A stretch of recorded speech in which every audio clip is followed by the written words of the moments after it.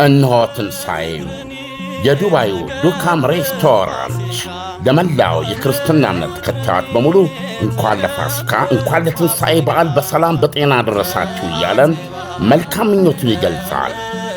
ዱካም ሬስቶራንት በዚህ ታላቅ በዓል ሀገረኛውን ድንቅ የባህል ድባብ ተላብሶ ተሞሽሮ ደንበኞችን ለማስተናገድ ተዘጋጅተዋል። ደንበኛ ንጉሥ ነው። በዱባይ ምድር ከሀገራችን ሰንጋ እያስመጣና እያሳረደ የምግብ ምርጫችን ጣዕማችንና ባህላችን የሆነውን ጥሬ ሥጋ እንዲህ እንደሚያዩት አይኖም ሆዶንም በሚያጠግብ በሚያረካ መልኩ አዘጋጅቷል። ጮማ ከብሩንዶ፣ ጥሬ ከጥብስ፣ ከክትፎ አማርጠው የልብ አድርስ ከሆነ ቀልጣፋ መስተንግዶ ጋር እኛ ጋር ደስ ይበሎች። ማወራረጃውና የምንታወቅበት በንጹሕ ማር የሚጠመቅ ብርዛችን ይጠብቀውታል። የራሱ በቂ የመኪና ማቆሚያ ቦታ ያለው የተንጣለለ ግቢ ውስጥ የሚገኝ በልዩ ቪአይፒ ክፍሎች ጭምር በተሟላው ዱካም ሬስቶራንት ቤተሰቦች፣ ባልንጀሮች፣ የሥራ ባልደረቦችና ወዳጆች ደስታችሁን አሳልፉ ይለዎታል። ዱካም ሬስቶራንት አድራሻ ቁጥር 1 አልበረሃ፣ ቁጥር 2 አቡሄድ ከሴንቸሪ ሞል ፊት ለፊት። መልካም የትንሣኤ በዓል ይሁንላችሁ።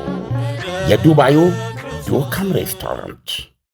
ሰሞነኛ መነጋገር የነበረው ቦሌ ቪአይፒ መንገድ ላይ አዲስ መረጃ ሰምተናል። የከተማችንን ግዙፍ ፕሮጀክቶች በመገንባት የሚታወቀው ያስሚን ጀማል ኮንስትራክሽን አሁን ደግሞ እዚህ ቦሌ አትላስ ላይ ከባለ 1 እስከ ባለ 3 መኝታ ቤቶችን ለሽያጭ ይዞልን መጥቷል። አሁን ላይ ሽያጭ ማስጀመሪያ ዋጋ ወይም በማስታወቂያ ዋጋ ባለ 1 መኝታ ቤቱን በ8 ሚሊዮን ብር ሙሉ ክፍያና 800 ሺህ ብር ቅድመ ክፍያ፣ ባለ 2 መኝታ ቤቱን 11.6 ሚሊዮን ብር ሙሉ ክፍያ፣ 1.1 ሚሊዮን ብር ቅድመ ክፍያ፣ ባለ 3 መኝታ ቤቱን 16.8 ሚሊዮን ብር ሙሉ ክፍያ፣ 1.6 ሚሊዮን ብር ቅድመ ክፍያ። ታዲያ ይሄ 10% ቅድመ ክፍያችን ሲሆን ቀሪ ክፍያውን በ2 ዓመት ጊዜ ውስጥ የግንባታ ፕሮግረሱን እያዩ ያለምንም ጭማሪ መክፈል የሚችሉበትን ሁኔታ ተመቻችቶልዎታል። እርስዎ እዚህ ሎኬሽን ላይ ቤት ሲገዙ መኖሪያ ብቻ አይደለም ቢያከራዩት በጣም ያዋጣዎታል። መልሰው ቢሸጡት ደግሞ ጥሩ ኢንቨስትመንት ነው። ይሄ የማስታወቂያ ዋጋ ሳያመልጦት ለመግዛት ከስር ባለው ስልክ ይደውሉልን።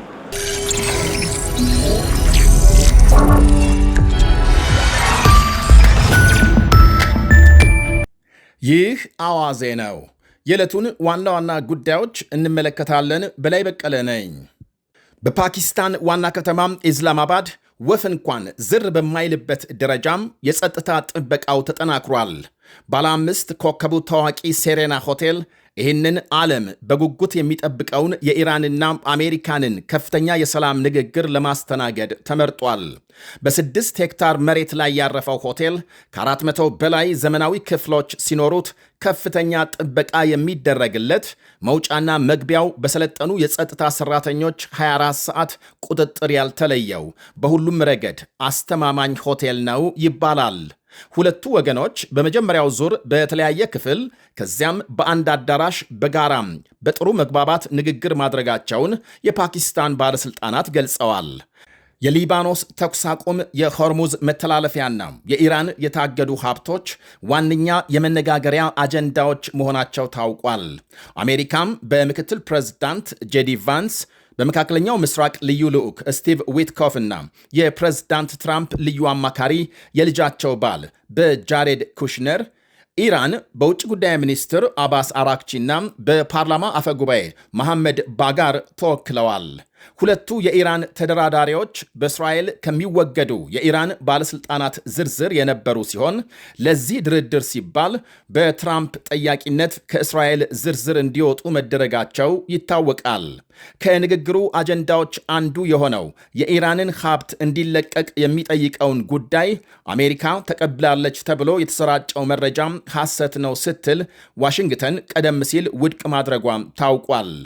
አንድ ከፍተኛ የኢራን ባለሥልጣን አሜሪካም እንዳይንቀሳቀስ አግዳም ያቆየችውን የኢራንን ሀብት ለማስለቀቅ መስማማቷም ዘላቂ ሰላም እንዲደረስ ቁርጠኛ አቋም እንዳላት ያሳያል ሲሉ ለሮይተርስ የሰጡትን መግለጫም የአሜሪካ መሪዎች ውድቅ ማድረጋቸው ተሰምቷል። የኢራን ዋነኛ ተደራዳሪ የፓርላማ አፈ ጉባኤ መሐመድ ባጋር ቴሄራን ያስቀመጠቻቸው ቅድመ ሁኔታዎች ድርድር ከመጀመሩ አስቀድሞ መፈጸም እንዳለባቸው ያስቀመጡት አቅጣጫም ተግባራዊ ስለመሆናቸው በግልጽ የተባለ የለም። የሁሉም አይኖች አሁን የንግግሩን ውጤት እየጠበቁ ሲሆን የፈረንሳይ ፕሬዝዳንት ኢማኑኤል ማክሮን ለኢራን አቻቸው ስልክ ደውለው በፓኪስታን የተጠራውን ይህንኑ የሰላም ድርድር እንደ መልካም አጋጣሚ በመጠቀም የተፈጠረውን ውጥረት እንዲያረግቡ ጠይቀዋል። ማክሮን ማምሻውን ባሰራጩት ጽሑፍ ኢራን በሆርሙዝ ሰርጥ የመርከቦችን ደህንነትና የዝውውር ነፃነት በፍጥነት እንድታረጋግጥ ማሳሰባቸውን አመልክተዋል። ለዚህ ደግሞ ፈረንሳይ የበኩሏን ድጋፍ ለመስጠት ዝግጁ መሆኗን ገልጸዋል። ይህ በእንዲህ እንዳለም የአሜሪካው መሪ ዶናልድ ትራምፕ በአንድ በኩል በሆርሙዝ መተላለፊያ የተቀበሩ ፈንጂዎችን የመጥረግ ሥራም ማከናወናቸውን፣ በሌላ በኩል በርካታ አገሮች ከአሜሪካም ነዳጅ ለመግዛት መርከቦች መላካቸውን ገልጸዋል። ተማምነው በሕጋዊ መንገድ በነፃ ካሉበት ሆነው ወደ ሀገር ቤት ገንዘብ መላክ ተችሏል። ላኪ ሬሚት አለሎት። እንኳን ለብርሃነ ትንሣኤው በሰላም አደረሶ። ገንዘብ ወደ ሀገር ቤት ከማንኛውም ስፍራ ከአሜሪካ፣ ካናዳ፣ አውሮፓና ከመካከለኛው ምስራቅ ለሚልኩ ዲያስፖራዎች በሙሉ ላኪ ሬሚት ትልልቅ ምንዛሬዎችንና ዳጎስ ያሉ ጉርሻዎችን ያለምንም ክፍያ በነፃ በሕጋዊ መንገድ መላክ ያስችላል። ላኪ ሬሚት በተጨማሪም ከማስተር ወይም ቪዛ ካርዳችሁ ላይ ወደ ፈለጋችሁት የኢትዮጵያ ባንክ ስትልኩ ገንዘቡ በ2 ሴኮንድ ውስጥ ይደርሳችኋል። 2 ሴኮንድ ብቻ። መተግበሪያው አፕሊኬሽን ከብሔራዊ ባንክ ሙሉ ፍቃድ ያለው በመሆኑ ምንም ሐሳብ ሊገባችሁ አይገባም። ስለዚህ የላኪ ሬሚትን መተግበሪያ ከፕሌይ ስቶር እና አፕ ስቶር ላይ በማውረድ አሁኑኑ በነፃ ላክ። ለአስተማማኝና ፍጥነት ማን እንደ ላኪ ሬሚት። ላኪ ሬሚት አለሎት። ከኢራን ጦርነት በፊት በቀን ከ100 በላይ መርከቦች ይተላለፉበት የነበረውና አሁን ተኩስ አቁም ከተደረሰ በኋላ 12 የሚጠጉ መርከቦች ብቻ እንዳለፉበት የሚነገረው የሆርሙዝ ሰርጥ መላውን ዓለም ለስቃይ ሲዳርግ ለአሜሪካ ተጨማሪ ገበያም እንዳመጣላት ተደጋግሞ ይነገራል። አንድ በርሜል ድፍድፍ ነዳጅ ከጦርነቱ በፊት ከነበረው አሁን ከ30 በመቶ በላይ ጭማሪ ባሳየበት ሁኔታ ሀገሮች በእርግጥም አማራጭ ያሉትን ቢመለከቱ ተገቢ ነው ይላሉ ታዛቢዎች። ከዚህ አኳያ ከዓለም ነዳጅ አምራች ሀገሮች ግንባር ቀደም ወደ ሆነችው አሜሪካም ከፍተኛ ቁጥር ያላቸው ነዳጅ የሚጭኑ መርከቦች እየተጓዙ ናቸው ብለዋል ትራምፕ። ከየትኛውም የዓለም ክፍል ጥራት ያለው ምርጥ ነዳጅ ዘይት በስፋት ለመሸጥ ዝግጅት እያደረግን ነው ብለዋል። አሜሪካም በቀን እስከ 21 ሚሊዮን በርሜል ነዳጅ በማምረት ከዓለም አንደኛ ስትሆን ሩሲያና ሳውዲ አረቢያ በጋራ በቀን ከ19 እስከ 22 ሚሊዮን በርሜል ነዳጅ በማምረት በሁለተኛ ደረጃ መቀመጣቸውን መረጃዎች ያሳያሉ። ትራምፕ ኑና ውሰዱ የሚል መልእክት አስተላልፈዋል። ነዳጅ ለሚፈልጉ ሀገሮች ቀጠሉና የሆርሙዝ መተላለፊያ በቅርብ ይከፈታል ብለዋል። ይህ በእንዲህ እንዳለ በፓኪስታን የሰላም ንግግር ቀጥሎ ባለበት ሁኔታ እስራኤል በሊባኖስ የምታካሄደውን ዘመቻ አጠናክራ መቀጠሏ ይሰማል። የሀገሪቱ ጦር ባወጣው መግለጫ ዛሬ በሊባኖስ ከ200 በላይ የሄዝቦላህ ኢላማዎች መምታቱን ሲያስታውቅ የሊባኖስ ጤና ሚኒስቴር በደቡባዊ የሀገሪቱ ክፍል 10 ሰዎች መገደላቸውንና በርካቶች መቁሰላቸውን አመልክቷል። ሄዝቦላህ በበኩሉ በእስራኤል በፈጸመው የሮኬት ጥቃት 2 የእስራኤል ወታደሮች መቁሰላቸውን ዘገቦች አመልክተዋል። በእስራኤልና ሊባኖስ መካከል በዋሽንግተን ዲሲ ሊካሄድ የታቀደውን የሰላም ድርድር ሄዝቦላህ መቃወሙ ተሰምቷል። የሄዝቦላህ አንድ ባለሥልጣን የሊባኖስ መንግሥት የድርድር ውሳኔን የሀገር ውስጥ ክፍፍልን ያባብሳል ሲሉ ክፉኛ ተችተዋል። የሊባኖስን ሕግ የሚጥስ እንደሆነም አክለዋል። የእስራኤል ባለሥልጣናት በሚቀጥለው ሳምንት በሚካሄደው የተኩስ አቁም ንግግር ሄዝቦላህ እንደማይሳተፍ ገልጸዋል። አንድ ከፍተኛ የኢራን መንግስት አማካሪ በበኩላቸው የሊባኖስ መንግስት የተናጠል ውሳኔ ከባድ የደህንነት አደጋ የሚያስከትል ነው በማለት አስጠንቅቀዋል። የሄዝቦላህ ደጋፊዎች የእስራኤልና የሊባኖስን የሰላም ንግግር በመቃወም ሰልፍ ማካሄዳቸው ሲነገር የሀገሪቱን ጠቅላይ ሚኒስትር ፎቶግራፍ ማቃጠላቸውን የተለያዩ መገናኛ ብዙሃን ዘግበዋል።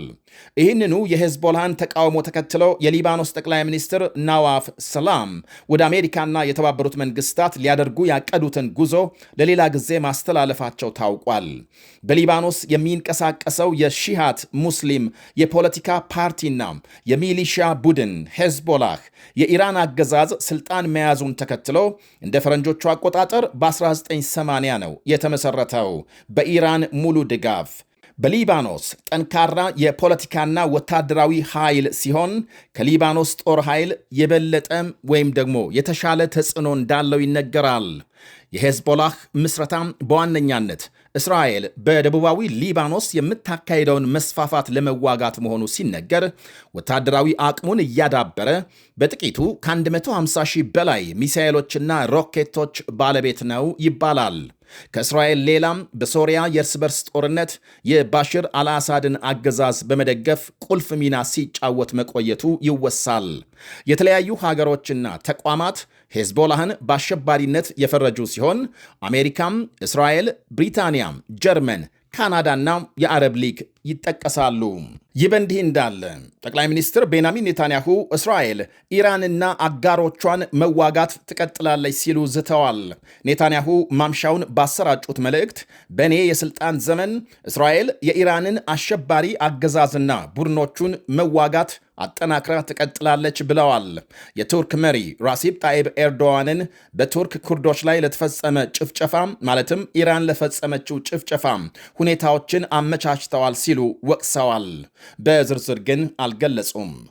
ምሽቱን ከፓኪስታን በተሰማ ዜና ደግሞ ሁለቱ ወገኖች ማለትም አሜሪካና ኢራን የመጀመሪያ ዙር ንግግር አጠናቀው የጽሑፍ መልእክቶች እየተለዋወጡ መሆናቸውን አልጀዚራ ምንጮቹን ጠቅሶ ዘግቧል።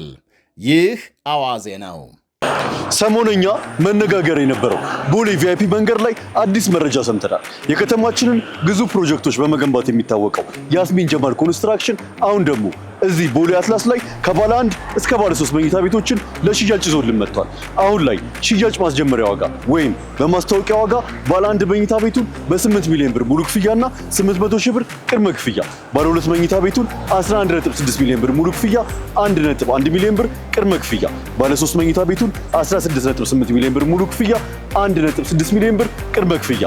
ታዲያ ይሄ 10% ቅድመ ክፍያችን ሲሆን ቀሪ ክፍያውን በ2 ዓመት ጊዜ ውስጥ የግንባታ ፕሮግረሱን እያዩ ያለምንም ጭማሪ መክፈል የሚችሉበትን ሁኔታ ተመቻችቶልዎታል። እርስዎ እዚህ ሎኬሽን ላይ ቤት ሲገዙ መኖሪያ ብቻ አይደለም ቢያከራዩት በጣም ያዋጣዎታል።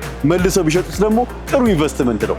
ይሄ የማስታወቂያ ዋጋ ሳያመልጦት ለመግዛት ከስር ባለው ስልክ ይደውሉልን። ተማምነው በህጋዊ መንገድ በነፃ ካሉበት ሆነው ወደ ሀገር ቤት ገንዘብ መላክ ተችሏል። ላኪ ሬሚት አለሎት። እንኳን ለብርሃነ ትንሣኤው በሰላም አደረሰዎ። ገንዘብ ወደ ሀገር ቤት ከማንኛውም ስፍራ ከአሜሪካ፣ ካናዳ፣ አውሮፓና ከመካከለኛው ምስራቅ ለሚልኩ ዲያስፖራዎች በሙሉ ላኪ ሬሚት ትልልቅ ምንዛሬዎችንና ዳጎስ ያሉ ጉርሻዎችን ያለምንም ክፍያ በነፃ በህጋዊ መንገድ መላክ ያስችላል። ላኪ ሬሚት በተጨማሪም ከማስተር ወይም ቪዛ ካርዳችሁ ላይ ወደ ፈለጋችሁት የኢትዮጵያ ባንክ ስትልኩ ገንዘቡ በ2 ሴኮንድ ውስጥ ይደርሳችኋል። 2 ሴኮንድ ብቻ። መተግበሪያው አፕሊኬሽን ከብሔራዊ ባንክ ሙሉ ፍቃድ ያለው በመሆኑ ምንም ሐሳብ ሊገባችሁ አይገባም። ስለዚህ የላኪ ሬሚትን መተግበሪያ ከፕሌይ ስቶር እና አፕ ስቶር ላይ በማውረድ አሁኑኑ በነፃ ላክ። ለአስተማማኝና ፍጥነት ማን እንደ ላኪ ሬሚት። ላኪ ሬሚት አለሎት። እነሆ ትንሣኤው የዱባዩ ዱካም ሬስቶራንት ለመላው የክርስትና እምነት ተከታዮች በሙሉ እንኳን ለፋሲካ እንኳን ለትንሣኤ በዓል በሰላም በጤና ደረሳችሁ እያለን መልካም ምኞቱን ይገልጻል። ዱካም ሬስቶራንት በዚህ ታላቅ በዓል ሀገረኛውን ድንቅ የባህል ድባብ ተላብሶ ተሞሽሮ ደንበኞችን ለማስተናገድ ተዘጋጅተዋል። ደንበኛ ንጉሥ ነው። በዱባይ ምድር ከሀገራችን ሰንጋ እያስመጣና እያሳረደ የምግብ ምርጫችን ጣዕማችንና ባህላችን የሆነውን ጥሬ ሥጋ እንዲህ እንደሚያዩት አይኖም ሆዶንም በሚያጠግብ በሚያረካ መልኩ አዘጋጅቷል። ጮማ ከብሩንዶ፣ ጥሬ ከጥብስ ከክትፎ አማርጠው የልብ አድርስ ከሆነ ቀልጣፋ መስተንግዶ ጋር እኛ ጋር ደስ ይበሎት። ማወራረጃውና የምንታወቅበት በንጹሕ ማር የሚጠመቅ ብርዛችን ይጠብቀዎታል። የራሱ በቂ የመኪና ማቆሚያ ቦታ ያለው የተንጣለለ ግቢ ውስጥ የሚገኝ በልዩ ቪአይፒ ክፍሎች ጭምር በተሟላው ዱካም ሬስቶራንት ቤተሰቦች፣ ባልንጀሮች፣ የሥራ ባልደረቦችና ወዳጆች ደስታችሁን አሳልፉ ይለዎታል። ዱካም ሬስቶራንት አድራሻ ቁጥር 1 አልበረሃ፣ ቁጥር 2 አቡሄድ ከሴንቸሪ ሞል ፊት ለፊት። መልካም የትንሣኤ በዓል ይሁንላችሁ። የዱባዩ ዱካም ሬስቶራንት